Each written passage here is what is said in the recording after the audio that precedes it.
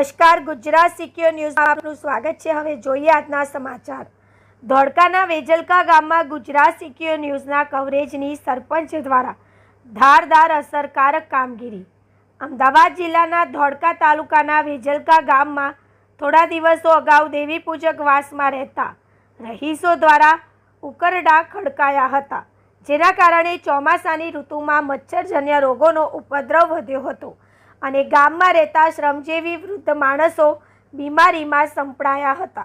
ત્યારે Gujarat secure ન્યૂઝના coverage બાદ ગામના સરપંચ શ્રી ભગવતસિંહ બારડ તથા તલાટી કમ મંત્રી તથા જાગૃત નાગરિકો દ્વારા જાહેર રસ્તાઓ સાફ સફાઈ રાખીને ગંદકી નહીં કરવા સૂચના આપી ગામની સફાઈ કરાવી હતી અને હવે જો જાહેર રસ્તા ઉપર ઉકરડા કે ગંદકી કરવામાં આવશે તો પંચાયત દ્વારા કડક અને કાયદેસરની કાર્યવાહી કરવામાં આવશે તેવું જણાવેલ।